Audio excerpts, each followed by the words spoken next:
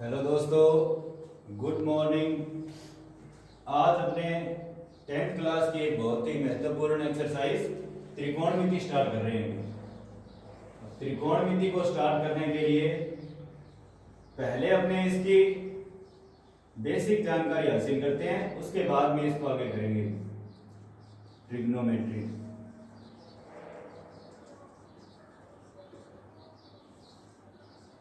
त्रिकोणमिति में भी ये समकोण त्रिभुज से संबंधित एक्सरसाइज है। इसमें अपने ये देखना है कि समकोण त्रिभुज क्या है, कैसे बना हुआ है, ये अपने देखते हैं। अब पहले अपने जानकारी हासिल करते हैं त्रिभुज के बारे में।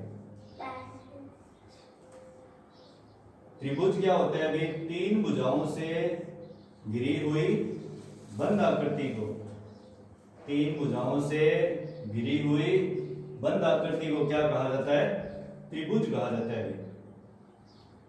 और त्रिभुज में दूसरी बात, इसकी जो विशेषता है वो ये है, पहली तो भी कि त्रिभुज के तीनों कोणों का योग 180 डिग्री होता है और इसकी दो भुजाओं का जो योग है वो तीसरी भुजा से ज्यादा होगा। तो पहले इसकी परिभाषा हो जाए, तीन भुजाओं से घिरी हुई बंद आकृति को, तीन भुजाओं से घिरी हुई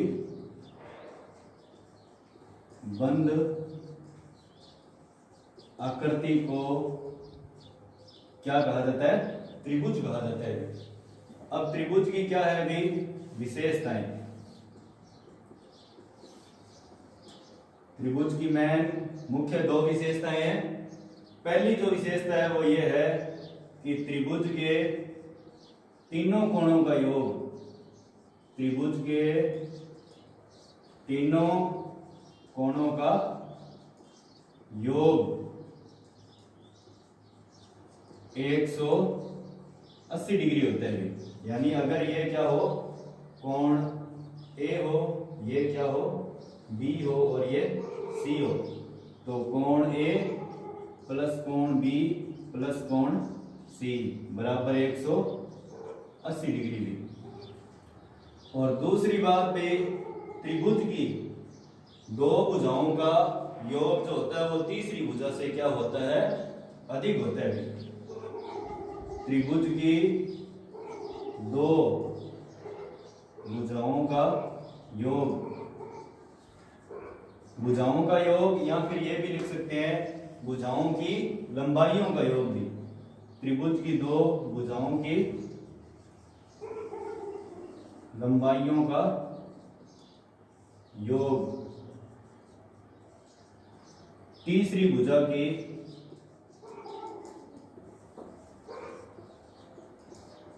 भुजा की लंबाई से सदैव अधिक होता है, सदैव अधिक होता है।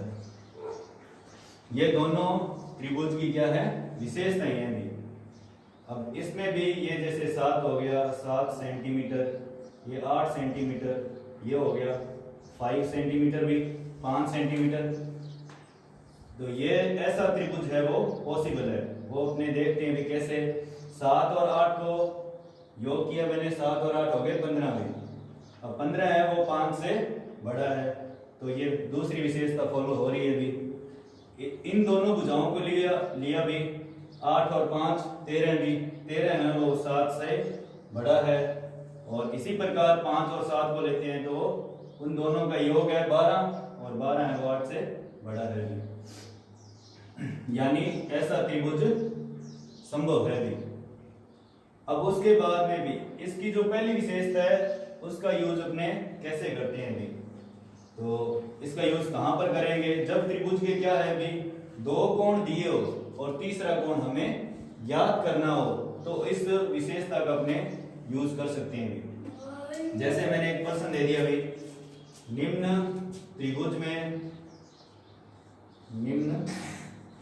त्रिभुज में अज्ञात कोण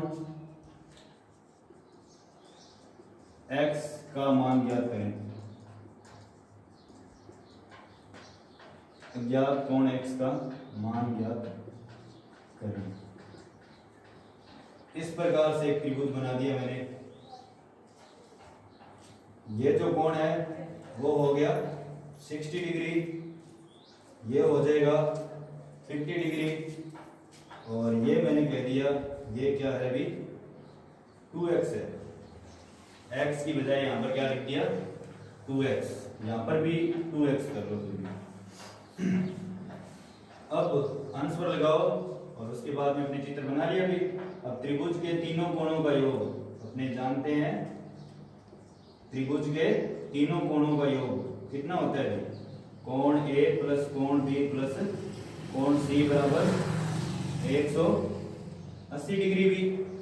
अब अपने कोण A कितना है भाई 60 डिग्री प्लस कोण B कितना है 50 डिग्री और कोण C है 2x बराबर 180 डिग्री। अब 60 और 50 इन दोनों का योग किया 110 डिग्री प्लस 2x या 2x बराबर 180 डिग्री। अब 110 डिग्री का क्या हो गया? पक्षांतरण हो गया भाई। जब 110 डिग्री का क्या होगा? पक्षांतरण होगा, तो ये प्लस का है, बराबर से इधर वाली साइड जाएगा तो माइनस का हो गया। ये हो गया 180 डिग्री माइनस 110 डिग्री। अब यहां से क्या होगा? 2x बराबर 70 डिग्री और x बराबर क्या आ जाएगा अभी 70 डिग्री। ये 2 इधर क्या है इनटू में है, गुणा में, और इधर जाएगा तो भाग में आ जाएगा। 70 डिग्री में 2 का भाग दिया, हमारा आंसर क्या आ गया अभी 35 डिग्री। अभी 35 डिग्री आंसर नहीं हुआ, हमें तो अज्ञात कोण निकालना था अभी। तो हमें जो कोण ज्ञात करना है वो कितना है अभी 2x है, 2 इंटू 35 35 कितना हो गया 70 डिग्री। ये हमारा आंसर हो जाएगा। इसी प्रकार अपने त्रिभुज में भी एक कोण नहीं दिया हो, 2 कोण दिए तो ज्ञात कर सकते हैं। अब उसके बाद में भी कोण, उसके बाद में इसके आगे अपने देखते हैं त्रिभुज के प्रकार। ये हो गया सर? Yes sir.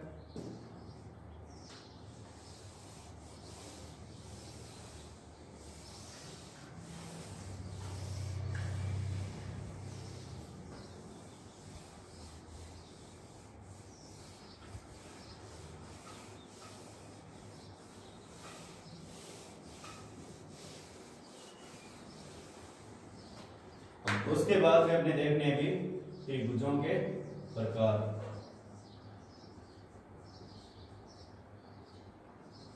त्रिभुजों के प्रकार। अब मुख्यतः त्रिभुज जो होते हैं वो 4 प्रकार के होते हैं। इसमें देख लेते हैं अपने पहला कौन सा प्रकार है। पहला जो त्रिभुज का प्रकार हो जाएगा वो है भी समबाहु त्रिभुज। समबाहु त्रिभुज। दूसरा जो प्रकार है वो हो जाएगा द्विसमबाहु त्रिभुज।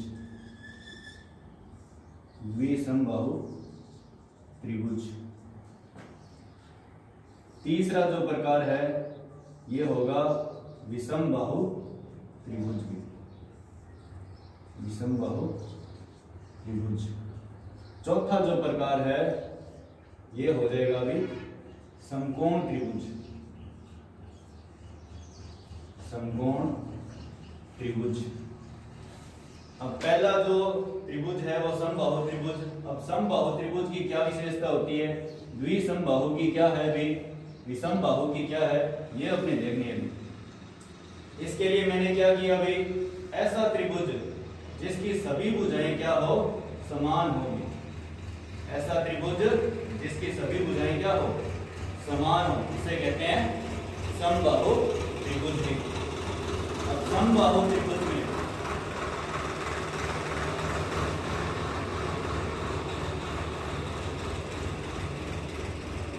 समबाहु त्रिभुज की डेफिनेशन द्वारा बोल देते हैं, ऐसा त्रिभुज जिसकी सभी भुजाएं समान हो उसको समबाहु त्रिभुज कहा जाता है। समबाहु त्रिभुज में प्रत्येक कोण क्या है, बराबर होता है और 60-60 डिग्री 60-60 डिग्री का होता है। ठीक है, ये भी 7 सेंटीमीटर या मीटर, ये भी 7 सेंटीमीटर और ये भी 7 सेंटीमीटर। अब उसके बाद में हो जाएगा द्विसमबाहु त्रिभुज। इसके नाम से स्पष्ट हो रहा है कि द्विसमबाहु अर्थात दो समान भुजाओं वाला त्रिभुज भी। और वह त्रिभुज जिसमें दो भुजाएं क्या हो, समान हो, उस त्रिभुज को अपने कहते हैं द्विसमबाहु त्रिभुज। जैसे ये भुजा 7 सेंटीमीटर है, ये भी 7, और ये कितनी हो जाएगी 8 सेंटीमीटर। तो इस प्रकार का जो त्रिभुज है उसे कहेंगे द्विसमबाहु त्रिभुज भी। अब इसकी विशेषता हो जाएगी, द्विसमबाहु त्रिभुज में दो भुजाएं क्या होती हैं, दो भुजाएं समान होती है या दो भुजाओं की लंबाई समान होती है। अभी दूसरी जो विशेषता है वो ये है कि दो आसन्न कोण क्या होते हैं अभी, बराबर होते हैं। आसन्न कोण का अर्थ होगा या मतलब होगा वो ये भी समान भुजाएं जो तीसरी भुजा के साथ कोण बनाती है वो हो जाएगा आसन्न कोण। अगर ये क्या है 70 डिग्री है तो ये भी क्या होगा 70 होगा। ये दोनों कोण क्या होते हैं, समान होते हैं। इसके बाद में विषमबाहु त्रिभुज। विषमबाहु त्रिभुज में लिखना है कि वह त्रिभुज जिसकी सभी भुजाएं क्या हो, अलग अलग हो, सभी भुजाएं भिन्न भिन्न हो, उसे अपने कहते हैं विषमबाहु त्रिभुज। विषमबाहु त्रिभुज में सभी कोण और सभी भुजाएं क्या होती हैं, अलग अलग होती हैं। उसके बाद में अपने जो मेन काम है वो है समकोण त्रिभुज का भी। अब पहले तो अपने यही देखते हैं कि समकोण क्या होता है। तो 90 डिग्री का जो कोण होता है उसको अपने समकोण कहा जाता है। अब समकोण त्रिभुज की परिभाषा लिखने के लिए ये लिख देंगे, वह त्रिभुज जिसमें एक कोण क्या हो 90 डिग्री का हो। वह त्रिभुज जिसमें एक कोण 90 डिग्री का हो उसे अपने कहते हैं समकोण त्रिभुज भी। अब समकोण त्रिभुज में 90 डिग्री के सामने वाली जो सबसे बड़ी भुजा है इसको कहा जाता है कर्ण। समकोण त्रिभुज में 90 डिग्री से सामने वाली जो भुजा है सबसे बड़ी भुजा उसको कहते हैं कर्ण। अब समकोण त्रिभुज में यदि अपने कोण ये लेते हैं अभी तो ये वाली भुजा है वो बन जाएगी आधार, और आधार कोण के जो सामने वाली भुजा है वो बन जाएगी भी लंब। इस भुजा को क्या नाम देंगे, लंब। ये हो गई कर्ण, ये हो गया आधार और ये हो गया लंब। कोण के साथ वाली भुजा आधार होती है, उसके सामने वाली भुजा लंब होती है, और 90 डिग्री के सामने वाली जो भुजा हो जाएगी वो हो जाएगी कर्ण भी। अब इसके बाद में भी समकोण त्रिभुज के बारे में अपनी जानकारी हासिल करनी है। भी तो समकोण त्रिभुज से संबंधित एक प्रमेय है जिसका नाम है भी पाइथागोरस प्रमेय। पाइथागोरस प्रमेय। अब पाइथागोरस प्रमेय याद रखने के लिए अपने क्या है, एक बेसिक ट्रिक बनी हुई है, इसको आप याद भी रख सकते हो। काल की स्पेलिंग लिखो KALB। अब सबकी क्या करो, स्क्वायर कर दो भी, सभी का स्क्वायर कर दिया। अब ये हो गया K स्क्वायर बराबर A स्क्वायर, यहाँ पर प्लस लगा दोगे। ये बन गई पाइथागोरस प्रमेय। कर्ण की स्क्वायर बराबर आधार स्क्वायर प्लस लंब स्क्वायर होता है। इस फॉर्मूले से अपने क्या है, यदि समकोण त्रिभुज की दो भुजाएं दी हो तो तीसरी भुजा ज्ञात कर सकते हैं। और कैसे करेंगे वो अपने बता देते हैं। ये होगी पाइथागोरस प्रमेय। K4 हो गया कर्ण की स्क्वायर, A4 आधार की स्क्वायर प्लस L4 हो जाएगा लंब की स्क्वायर। अब इस फॉर्मूले का यूज कैसे करना है वो मैं आपको बता देता हूँ। अब मैंने यहाँ पर एक प्रश्न दे दिया भाई, निम्न त्रिभुज में अज्ञात भुजा ज्ञात करेंगे। निम्न त्रिभुज में अज्ञात भुजा ज्ञात करेंगे। और ये मैंने त्रिभुज बना दिया भी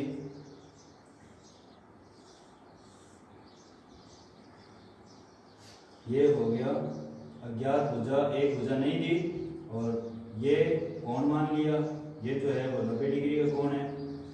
अब यहाँ पर लिखा हुआ ये तो है 4 मीटर भी और ये है 3 मीटर भी, और इसमें अपने करंट को बताना है कि करंट कितना होगा। इसके लिए अपने क्या करें भाई, करंट को मैंने यहाँ पर किसे प्रदर्शित कर दिया, के से जी।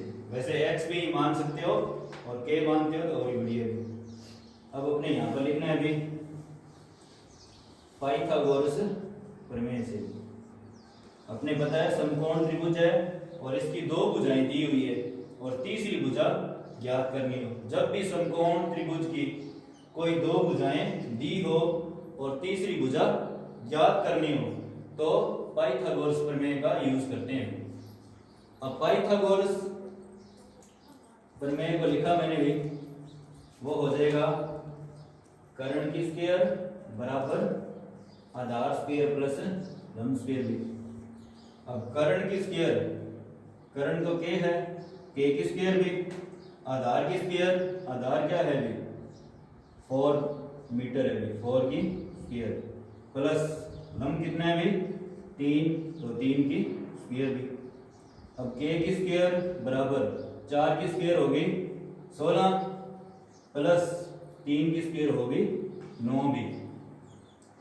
अब के की स्क्वायर बराबर 16 और 9 का योग किया कितना हो गया 25 भी। अब जब जब स्क्वायर हटती है तब तब क्या है अभी अंडर रूट लगता है, तो के की स्क्वायर हट गई, इधर क्या लग गया अंडर रूट भी। अब अंडर रूट 25 को भी अभाज्य गुणनखंड विधि से या गुणनखंड विधि से इसके फैक्टर किए तो 5 गुणा 5 हो गए।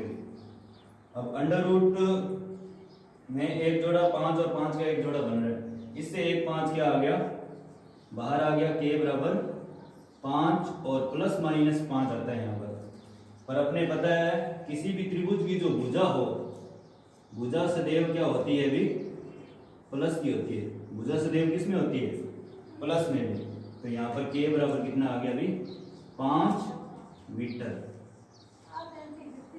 के बराबर कितना हो गया 5 मीटर। ये अपना आंसर हो गया।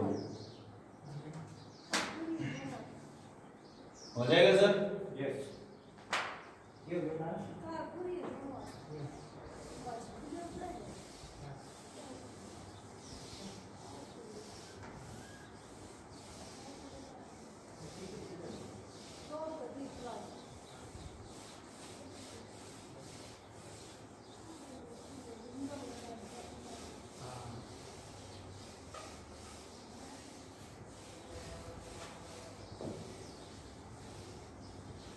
अब उसके बाद में पाइथागोरस प्रमेय से संबंधित दूसरा और प्रश्न अपने करते हैं भी, और इसमें कह दिया भी निम्न समकोण त्रिभुज में,